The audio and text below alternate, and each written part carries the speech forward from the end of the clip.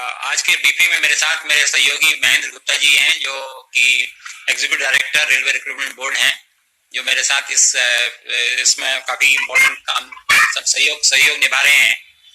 तो मैं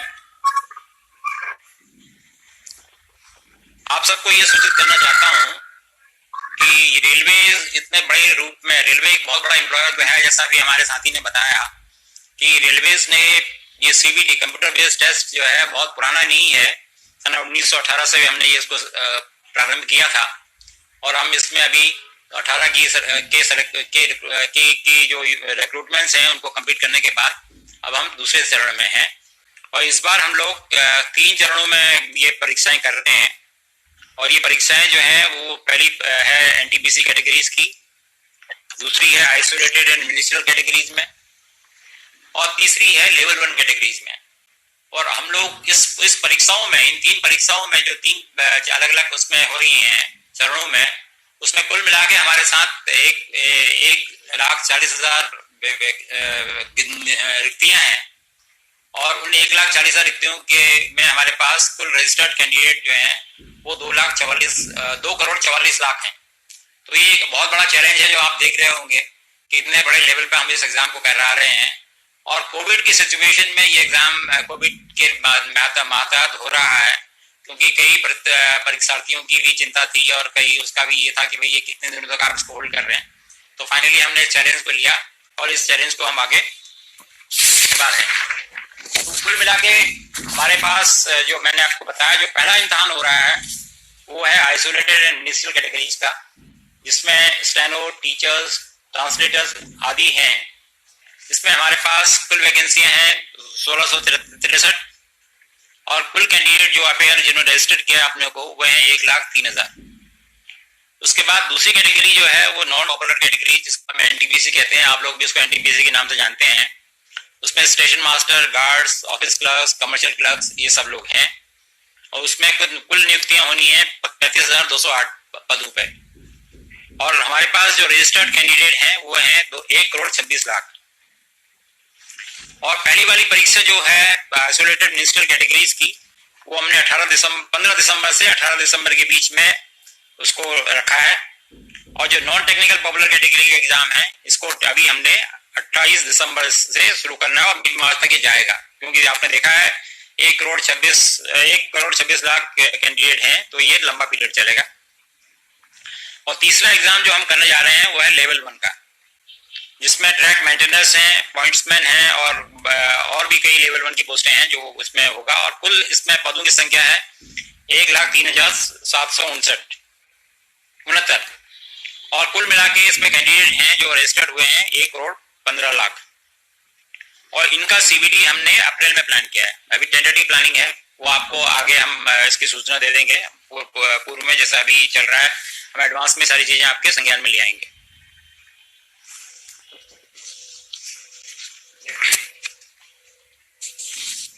तो कुल मिला के जो अभी हम पहला एग्जाम जो 15 तारीख से शुरू हो रहा है आइसोलेटेड और मिनिस्ट्रियल कैटेगरीज का, उसमें आपने जैसा मैंने अक्टूबर से 20 अक्टूबर के बीच में प्लान है।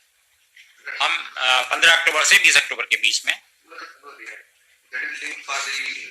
हाँ, अच्छा, हम लोग जो है इसमें कोविड-19 गाइडलाइंस को स्ट्रिक्टली फॉलो करेंगे। और हमने इसमें कैंडिडेट को उनके एग्जाम सिटी, डेट के बारे में, उनकी ट्रैवल अथॉरिटी के बारे में 5 दिसंबर से उनको लिंक भेज दिया है इसके बारे में, सो दैट उनको ये सारी सूचनाएं पूर्व में हो कि वो किस सिटी में उनका एग्जाम होगा। अभी सेंटर इसको उस वक्त पता नहीं होता है, सेंटर की बात बताएंगे वो कैसे पता लगेगा। और डेट एंड डाउनलोडिंग का ये वो अपना ट्रैवल डॉक्यूमेंट जो है, जैसे SC/ST कैंडिडेट होते हैं उनको हम लोग पासेस देते हैं, तो वो अपने ट्रैवल डॉक्यूमेंट 5 दिसंबर से डाउनलोड कर रहे हैं। और जो ई-कॉल लेटर्स हैं वो हम आज 11 तारीख को 4 बजे से वो उनको ई-कॉल लेटर भी आज डिस्पैच करना शुरू कर देंगे। और हमने सभी इसमें सभी अपने प्रतियोगियों को ये बताया है कि भाई वो आगे की सूचना या कोई भी सूचना में किसी और वेबसाइट या किसी और सोर्स पे लिंक न करें। वो हमारी जो RRBs की ऑफिशियल वेबसाइट है उसमें ही सूचना पे निर्भर करें और सत्य सूचना के बारे में।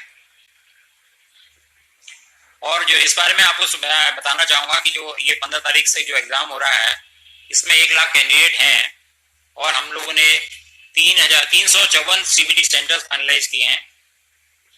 और ये कैंडिडेट जो हैं लार्जली इनको सबको आइदर उसी शहर में, अब उसी प्रदेश में, या जहाँ पे मिनिमम ट्रेवल इन्वॉल्व हो वहाँ पे हमने इनको अकोमोडेट किया है। तो हमारा प्रयास पूरा ये है कि कम से कम लोगों को डिस्टर्बेंस हो और लोगों को कोई तकलीफ ना हो। ये एग्जाम 2 शिफ्ट में होंगे, 120 मिनट के, 90 से 120 मिनट के। हाँ सॉरी, ये जो जनरल कैंडिडेट है उनको 90 मिनट का समय मिलेगा, और जो विज्ञान जो लोग दिव्यांग लोग हैं उनको हम लोग 120 मिनट देंगे। और वो जो है स्क्राइब के साथ वो उनको 120 मिनट मिलेगा। और ये एग्जाम जो है पहली शिफ्ट 9 बजे सुबह शुरू होगी और दूसरी शिफ्ट 1:30 बजे होगी। अरे मतलब गेट, सॉरी, मैं आपको ये बताना चाह रहा था कि पहली शिफ्ट का गेट ओपनिंग टाइम 9 बजे होगा और गेट क्लोजिंग टाइम 10 बजे का होगा मॉर्निंग में, और एग्जाम 10:30 बजे शुरू होगा। और दूसरी शिफ्ट जो है 1:30 बजे से शुरू होगी, 1:30 बजे गेट खोलेगा उसका, और गेट क्लोजिंग जो है वो 2:30 बजे हो जाएगा और 3 बजे से एग्जाम होगा। तो हम, और अगले स्लाइड में मैं दिखाऊंगा आपको कि कैंडिडेट समय जो 1,25,000 क्या कितना, हाँ ये 1,11,917 कैंडिडेट किस तरीके से किन प्रांतों में किस तरीके से इनका डिस्ट्रीब्यूशन है वो आपको इसकी जानकारी मिल जाएगी इससे। जैसे उत्तर प्रदेश में सबसे ज्यादा कैंडिडेट है, मेरे ख्याल से मिजोरम में सबसे कम है, या अंडमान निकोबार में सबसे कम है। तो ये इस तरीके से इनका हमारे यहाँ जो एप्लीकेंट है उनका डिस्ट्रीब्यूशन ये है। और सिमिलरली अगले स्लाइड में हम दिखा रहे हैं आपको कि 1,25,88,524 NTPC कैंडिडेट, उनका डिस्ट्रीब्यूशन किस तरीके से है, हम हर स्टेट्स में कहाँ पे इनको है। तो हमारी पहला प्रयास यही है कि जहाँ जिस प्रदेश के हैं वो उनको वहीं पे अकोमोडेट कर सकें। और बहुत बड़ा चैलेंज है कोविड सिचुएशन में इसको कराना, तो उसमें जो कुछ मिनिमल डिस्टर्बेंस, अनअवॉइडेबल डिस्टर्बेंस होगा वही हम चाहेंगे कि प्रतियोगियों को रहे, अन्यथा वो ऐसा नहीं होगा।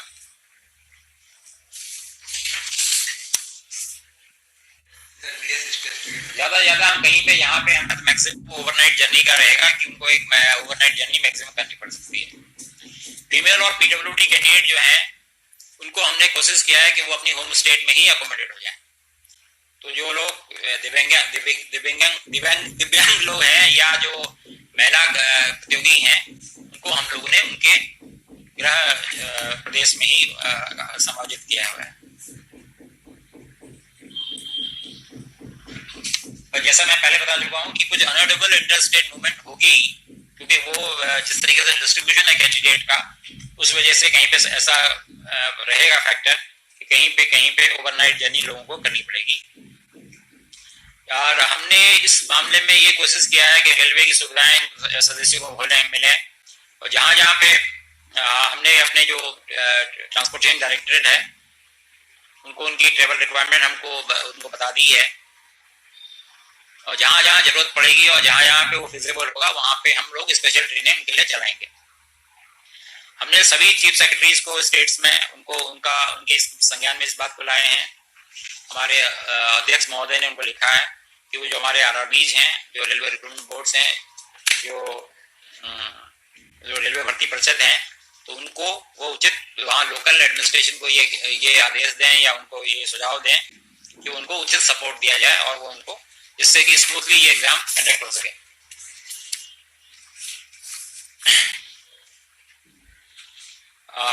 एक और इसमें आप देखिए इस CBT एग्जाम में या इस मेथोडोलॉजी में हम लोग पूरा प्रयास कर रहे हैं कि हमारे जो फर्स्ट टाइमर्स हैं, जिन लोगों ने पहले इस तरीके का कोई एग्जाम नहीं दिया है, उनको भी किसी तरीके की असुविधा ना हो। तो हम लोगों ने उन लोगों को एक लिंक प्रोवाइड किया है जहाँ पे वो मॉक टेस्ट जो कर सकते हैं। तो ये मॉक टेस्ट जो है एक्चुअल एग्जामिनेशन से पहले फैमिलियराइजेशन के लिए ये उपलब्ध कराई है सुविधा।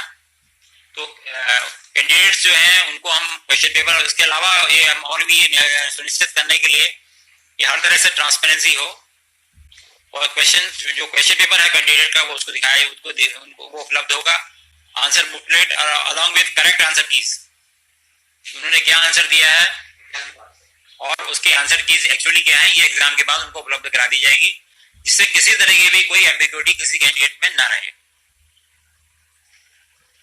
और ये भी हमने उनको सुविधा दी है कि अगर वो कहीं पे उनको किसी चीज में वो सहमति नहीं रखते हैं तो वो करेक्शंस के या कोई करेक्ट उनको लगता है कहीं पे कोई करेक्शंस गलत हैं या कुछ क्वेश्चन है उनके, तो वो अपने ऑब्जेक्शन रेज कर सकते हैं। और जैसा कि आपको पता है रेलवे ने अब जो इंटरव्यूज होते थे वो सब खत्म कर दिए हैं, तो इन एग्जाम्स में जो ये सीबीटी एग्जाम है इसकी परफॉर्मेंस ही प्लस जो मेडिकल और बाकी चीजें होंगी, बाकी यही इनके पैरामीटर रहेंगे, तो कोई डिस्कशन नहीं है, तो सारी ट्रांसपेरेंसी इस एग्जाम में रहेगी। इस एग्जाम में हमने इंटीग्रिटी जो है हाई लेवल की इंटीग्रिटी रखने के लिए क्या लिखा है कि biometric and photo capture before exam, ये सुविधा दी है कि जो एग्जाम से पहले बायोमेट्रिक और फोटो कैप्चर जो है वो जो हमारे एग्जामिनी जो जहाँ पे एग्जाम सेंटर होगा वहाँ पे ये सुविधा रहेगी कि उनका बायोमेट्रिक भी होगा और उनका फोटो कैप्चर भी होगा, जिससे कि इम्पर्सोनेशन, आपने कई इस तरह की घटनाएं देखी हैं जहाँ पे दूसरे कैंडिडेट अपेयर हो जाते हैं, बाद में काफी लॉ एंड ऑर्डर सिचुएशन हो जाती है या पुलिस कंप्लेंट हो जाती है, तो उससे हम लोगों ने बचने का पूरा प्रयास किया है। और जो कैंडिडेट का फोटो होगा वो कैंडिडेट की स्क्रीन पर डिस्प्ले होगा, यहाँ पे सीसीटीवी सर्विलियंस भी होगी और कमांड सेंटर में रियल टाइम मॉनिटरिंग भी होगी, और जो कैंडिडेट जो उनके जवाब होंगे वो सिस्टम में कैप्चर हो जाएंगे और वो 128 बिट इंक्रिप्शन में रहेंगे, जिससे कि वो उसमें कोई आदमी उसमें वो नहीं कर पाए, किसी तरीके की उसको डिस्टर्ब न कर पाए। हमारे पास हर कैंडिडेट का डिटेल ऑडिट ट्रेल अवेलेबल होगा, तो ये आपको ये जान के बड़ी खुशी होगी कि आरआरबी हमारी जो है टोटली कमिटेड है। कई दिनों तक लोगों ने डे एंड नाइट काम किया है, ये पूरी प्रोसेस हम लोगों के लिए एक नया एक्सपीरियंस था, इसमें कई हमारे आरआरबी के चेयरमैन इन्वॉल्व थे, प्री बिड्स के स्टेज में, बिड डॉक्यूमेंट बनाने में, पोस्ट बिड में, तो ये बहुत इसमें काफी काम हुआ है और हर प्रयास किया गया कि जिससे कोई किसी तरीके की किसी को ना तो असुविधा हो और न कोई किसी तरीके की कोई किसी को अनड्यू एडवांटेज मिले। मैं एग्जाम के दिन में हम लोग कैंडिडेट्स का टेम्परेचर लेंगे और जो कि थर्मोगन से लिया जाएगा, जिनका प्रेस्क्राइब टेम्परेचर जो प्रोटोकॉल के हिसाब से टेम्परेचर प्रेस्क्राइब है उससे ज्यादा का टेम्परेचर होगा, तो उनको एग्जाम से डिसअलाउ किया जाएगा, उनको रजिस्टर्ड मेल से इन्फॉर्म किया जाएगा और उनको रिशेड्यूल किया जाएगा उनका एग्जाम। ऐसा नहीं कि उनका चांस अगर उस दिन टेम्परेचर कितना खास तक किसी वजह से अगर उनको टेम्परेचर आ जाता है तो ये प्रयास होगा कि उनको रिशेड्यूल करके दूसरे दिन किसी और उसमें सुविधा अनुसार उनको दूसरे दिन के लिए शेड्यूल किया जाएगा और इसकी सूचना उनको पर्याप्त रूप से दी जाएगी, समय पर दे दी जाएगी। यहाँ इस एग्जाम में कैंडिडेट को फेस मास्क पहनना है, वो अपना फेस मास्क खुद पहनेंगे।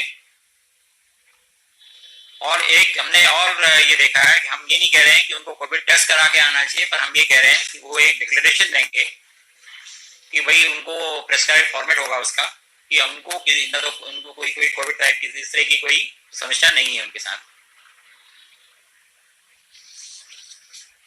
अगर ऐसा वो नहीं करेंगे तो उसके में हम फिर को एग्जाम में उनको अलाउ नहीं किया जाएगा। यहाँ तक क्राउड मैनेजमेंट का सिस्टम है, टोटल प्रॉपर जो कोविड मैनेजमेंट का जो प्रोटोकॉल है वो फॉलो किया जाएगा। वो मेन गेट से एग्जाम लैब्स तक जिस तरीके से है वो सब मतलब कहीं पे भी कोई कमी नहीं रखी जाएगी। और हर शिफ्ट के बाद एग्जाम, जैसे मैंने आपको बताया था कि 2 शिफ्ट में होगा,